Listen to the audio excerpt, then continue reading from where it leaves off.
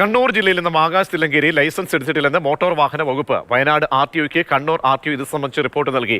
കഴിഞ്ഞ ദിവസം ആകാശ് തില്ലങ്കേരി മോട്ടോർ വാഹന നിയമങ്ങൾ ലംഘിച്ച് നടത്തിയ ജീപ്പ് യാത്രയിൽ MVD വാഹനത്തിന്റെ രജിസ്ട്രേഷൻ സസ്പെൻഡ് ചെയ്തിരുന്നു. ഫെലിക്സ് നൽകും വിവരങ്ങൾ. ഫെലിക്സ്, അങ്ങനെ ലൈസൻസ് ഇല്ലാതെയാണ് കാര്യങ്ങൾ നടത്തിയത്, ഇത്തരത്തിൽ വീറോടുകൂടി റീൽസ് ഒക്കെ ഇട്ടത് എന്ന സംശയം ബലപ്പെടുകയാണോ? എന്താണിപ്പോൾ RTO ഇത് സംബന്ധിച്ച് നൽകുന്ന വിവരങ്ങൾ? പ്രതീക്ഷ, ആകാശ് തില്ലങ്കേരിയുടെ ലൈസൻസിനായി അരിച്ചു പറക്കുകയാണ് മോട്ടോർ വാഹന വകുപ്പ്. പക്ഷെ ഇതുവരെയും അത് കണ്ടെത്താൻ കഴിഞ്ഞിട്ടില്ല. കണ്ണൂർ ജില്ല അല്ലെ കണ്ണൂരിലെ RTOയ്ക്ക് വയനാട് RTO ഇത് സംബന്ധിച്ച് നിർദ്ദേശം നൽകിയിരുന്നു. അതിന്റെ അടിസ്ഥാനത്തിൽ നടത്തിയ പരിശോധനയിൽ കണ്ണൂർ ജില്ലയിലെ എവിടെ നിന്നും ആകാശ് തില്ലങ്കേരി ലൈസൻസ് എടുത്തതായി കണ്ടെത്താൻ കഴിഞ്ഞില്ല.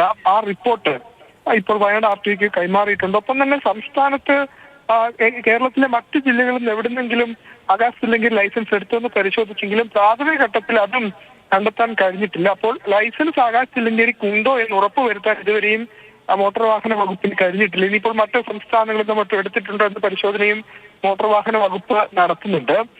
ലൈസൻസ് ഇല്ലാതെ ആകാശ് തില്ലങ്കേരി വാഹനം ഓടിച്ചാലും അതിന്റെ ഉത്തരവാദിത്വം വരിക RC ഓണർക്കായിരിക്കും. അതുകൊണ്ട് ഇതിലെന്തായിരിക്കും ഇനി നടപടി വരിക എന്നതും ഏറ്റവും പ്രധാനമാണ്. ആകാശ് തില്ലങ്കേരിക്കെതിരെ നടപടി വരുമോ എന്ന കാര്യത്തിൽ മോട്ടോർ വാഹന വകുപ്പ് ഇപ്പോൾ ഒരു വ്യക്തത വന്നിട്ടില്ല. ഏതായാലും ഇത് സംബന്ധിച്ച് പരിശോധന തുടരുന്നു എന്നതാണ് MVD വ്യക്തമാക്കുന്നത്.